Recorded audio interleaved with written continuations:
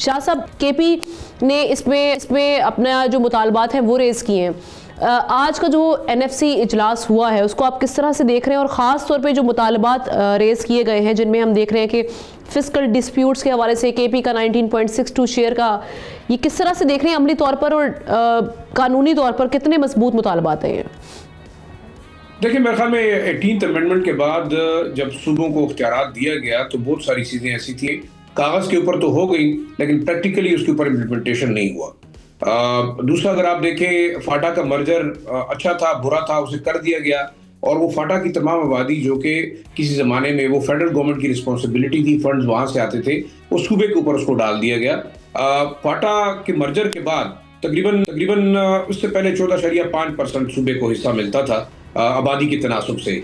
अब वो जाहिर बात है कि फाटा की आबादी आपने उसमें इंक्लूड की तो 19.62% होना चाहिए था, जो कि आज तक विफाकी हुकूमत ने नहीं दी। एक तो सबसे बड़ा मुतालबा केपी का ये और बड़ा जस्टिफाइड भी है, लेकिन एक बड़ी अजीब सी बात यहाँ मैं कहूँगा, सवाल एक ये उठता है कि जब पीपल्स पार्टी की हुकूमत थी सेंटर में भी और अवामी नेशनल पार्टी पीपल्स पार्टी की कोलिशन गवर्नमेंट थी, उस वक्त भी ये मामला हल नहीं हो सका। उसके बाद अगर आप देखें, हाँ, उस वक्त 10 अरब रुपए जो है ना यकमुश्त दिए गए थे अवामी नेशनल पार्टी और पीपल्स पार्टी के जरदारी साहब के वक्त में।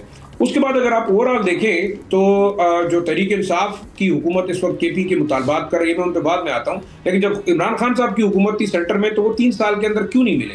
ना तो नेट हाइडल प्रॉफिट में सूबे का शेयर मिला। आज कैलकुलेशन की जा रही है कि 1357 अरब रुपए सूबे के वफाक के जिम्मे रहते हैं, तो ये आज के तो नहीं रहते, ये तो पिछली हुकूमत में भी रहते थे जब 3 साल से सूबे में पीटीआई की हुकूमत थी और सेंटर में भी पीटीआई की हुकूमत थी 3 साल तक।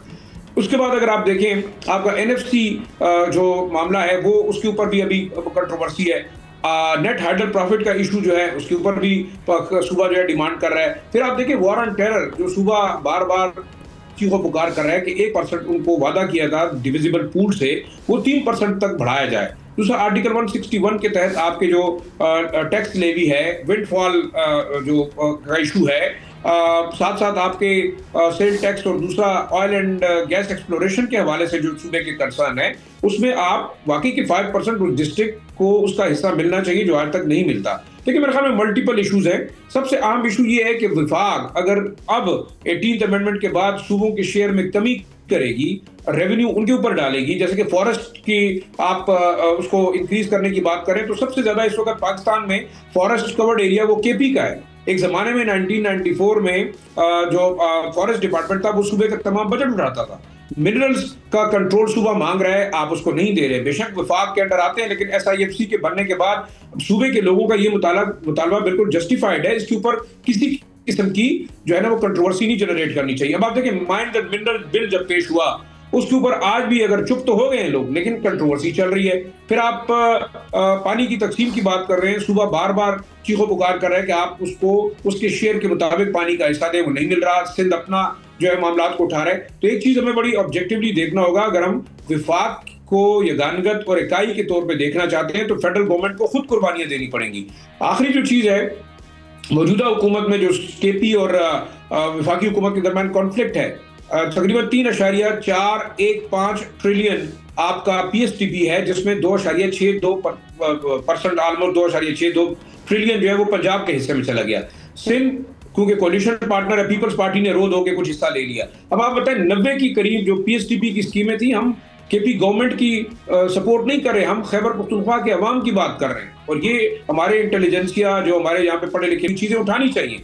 मेरे ख्याल में सूबे के लोगों के साथ इंतहाई ज्यादती है अगर फेडरल गवर्नमेंट करती है, और इसमें तमाम इदारों का रोल होना चाहिए। आखिरी जो मैं बात करना चाहता हूँ, कल परसों पेशावर में मुख्तलिफ सेमिनार कराए गए एनएफसी के ऊपर। आपने देखा कि यूनिवर्सिटीज के अंदर, कॉलेजेस के अंदर, और ऑल ऑफ अ सडन हमारे पास एनएफसी के इतने एक्सपर्ट्स निकल आए कि हम खुद परेशान हो गए, ये लोग कहना क्या चाहते हैं। लेकिन जब सियासी जमातों की लीडरशिप से बात की गई, उनका एक ही सवाल था, और आप आमना वो सवाल शायद अगर हमाद से कर ले या आप अपने व्यूअर से कर लें, वो सवाल ये है कि जब सियासी जमातें, अवाम की नुमाइंदा जमातें असम्बलियों के अंदर बैठी हुई हैं, वो फेडरल असम्बलियों के अंदर भी बैठे हुए हैं, वो सेनेट के अंदर भी बैठे हुए हैं, बड़े बड़े दिमाग हैं, इतने बड़े बड़े इंटेलेक्चुअल्स हैं, कानून साजियां करते हैं, एक सवाल इनसे ये पूछा जाना चाहिए कि आज तक वो क्यों एनएफसी और जो काउंसिल ऑफ कॉमन इंटरेस्ट के अंदर जो फैसले होते हैं उनको इम्प्लीमेंट क्यों नहीं कर रहे? exactly. ये इतनी कठपुतली क्यों है?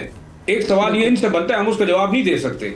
ये जवाब देंगे कि ये जब बैठे हुए असेंबलीज के अंदर, मुल्क के अंदर सियासत कर रहे हैं, मुल्क के हुक्मरान हैं, तो कौन सी ऐसी ताकत है जो कि सूबों को उनका हिस्सा और शेयर देने से रोकती है? क्या ये इतने लाचार हैं तो फिर ये नुमाइंदे क्यों हैं हमारे? बिल्कुल ठीक। शाह साहब, पख्तूनख्वा के हवाले से जो एक तो ख़ास तौर पे वहाँ पे जो मामलात हैं security wise, law and order के जो इस वक्त वहाँ पे थ्रेट्स भी पाए जाते हैं, वहाँ पे जो ऑपरेशंस भी चलते रहते हैं, उनको देखते हुए जैसे हमाद ने भी एक नुकता उठाया कि सिक्योरिटी नीड्स को भी हमें देखना है, जो कि हमें पता चल गया हम किस खित्ते में रहते हैं, यहाँ पर हर वक्त जंग के बादल मंडलाए रहते हैं। ये कहिएगा सिक्योरिटी नीड्स के साथ हमें अपनी रेवेन्यू टारगेट्स को भी देखना है, डेवलपमेंट्स को भी देखना है। इन चीज़ों को देखते हुए कैसे बैलेंस क्रिएट किया जाए, क्योंकि हम तो माशाल्लाह से देख रहे हैं कि फेडरल और जो केपी की गवर्नमेंट है उनके दरमियान जो एक रिफ्ट पाई जाती है वो ना ख़त्म होने वाली है। तो ये किस तरीके से कोई पॉलिसी मेजर्स ले सकेंगे, कोऑर्डिनेटेड एफर्ट हमें नज़र आए उसमें, और उसमें दोनों चीज़ों के दरमियान एक बैलेंस होना चाहिए? देखिए, हमारा सबसे इम्पोर्टेंट चीज़ आपकी प्रायोरिटीज़ है। अगर आपके यहाँ इल गवर्नेंस है, इल प्लानिंग है, और आपके यहाँ आज केपी की अगर बात करूँ 4.9 मिलियन बच्चे स्कूल से बाहर हैं, और आप उन बच्चों को स्कूल में वापस भिजवाने के लिए आपको कम से कम 3000 स्कूल जो है ना वो चाहिए होंगे, और आप एक साल में 15 स्कूल बना सकते हैं। तो आप अंदाजा, जब इन बच्चों को आप वापस स्कूल भिजवाने की कोशिश करेंगे तो आपको कितने 300 साल लगेंगे इन बच्चों को स्कूल भिजवाने में। मैं ये कहना चाह रहा हूँ कि यहाँ सबसे बड़ा इशू रिसोर्सेज का भी नहीं है। रिसोर्सेज आपको एलोकेट होते हैं, चाहे वो कर्जे पे आते हैं, चाहे वर्ल्ड बैंक कर्जा देता है, चाहे आपका 90% आपको फेडरल गवर्नमेंट देती है, सूबे की बात कर रहा हूँ। लेकिन अब आपने आगे प्लान क्या किया, आपकी प्रायोरिटीज क्या है? अगर आपका तकरीबन 70% बजट है वो नॉन डेवलपमेंट एक्सपेंडिचर्स में जाता है, आपकी सैलरीज में जाता है, आपके पर्क्स एंड प्रिविलेजेस में जाता है, बिलियंस ऑफ लीटर्स आपका फ्यूल खर्च होता है, अफसरान की जो है ना वो आयाशियों पे जाता है, तो फिर जाहिर बात है आपको इसी किस्म के मसाइल का सामना करना पड़ेगा। दूसरा, देखिए, केपी का जो एक स्पेशल कॉन्टेक्स्ट है वो आपका लॉ एंड ऑर्डर का इशू है।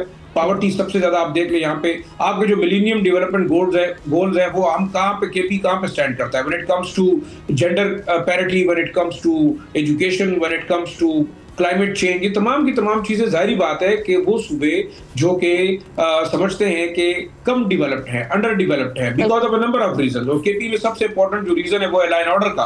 पिछले 50-60 सालों से आप दहशतगर्दी के खिलाफ फ्रंट लाइन स्टेट के तौर पर रहे। आज भी आपका पेरिफेरीज, जितने पेरिफेरल आपके डिस्ट्रिक्ट्स हैं, वहां पे आप रात को 8-9 बजे के बाद बाहर मूव नहीं कर सकते। तो देखिए, मेरे ख्याल में प्रायोरिटी ये फेडरल गवर्नमेंट की भी होनी चाहिए, प्रोविंशियल की भी होनी चाहिए। प्रेसिडेंट मुशर्रफ के जमाने से हमने पैकेजेस सुने थे कि जी पेशावर जो है फ्रंट लाइन सिटी है, उसके लिए हम एक बहुत बड़ा जो पैकेज देंगे। फिर हमने देखा अमेरिकन जब आए तो उन्होंने कहा हम ROCs बनाएंगे, कंस्ट्रक्शन अपॉर्चुनिटी जोन्स। अब CPEC आया है कि यहाँ पे हम जो है ना इंडस्ट्रियल जोन बनाएंगे। आप हैरान होंगे कि सूबे के अंदर बिजली नहीं है, सूबे के अंदर रिसोर्सेज नहीं है, यहाँ पे मैन पावर स्किल्ड नहीं है, और आप कौन से जो है ना यहाँ पे इंडस्ट्रीज लगा के क्या बताना चाहते हैं? और फिर आप एक्सपोर्ट किसके साथ करेंगे?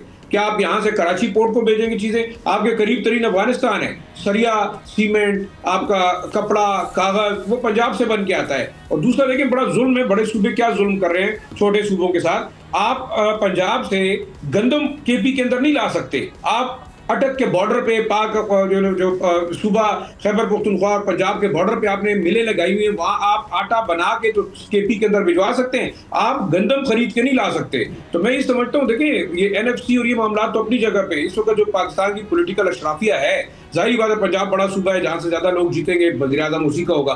फिर हमारे जो पपेट हुक्मरान बैठे हुए असेंबलियों के अंदर, सेनेट के अंदर, वो सूबों के लिए क्या करते हैं? वो तो जाके अपने इंटरेस्ट को सर्व करते हैं। और रीजन ये है कि आपकी जो पोलिटिकल जमाते हैं उनके अंदर खुद डेमोक्रेसी नहीं है, वो एक अशराफिया का निजाम है, एक जो कह सकते हैं ना पॉलिटिकल यहाँ पे एक मार्शला है उन पार्टियों के अंदर, उन रिश्तेदारों के बगैर, बच्चों के बगैर, बेटियों के बगैर, नवासियों के बगैर कोई आगे तरक्की नहीं कर सकता।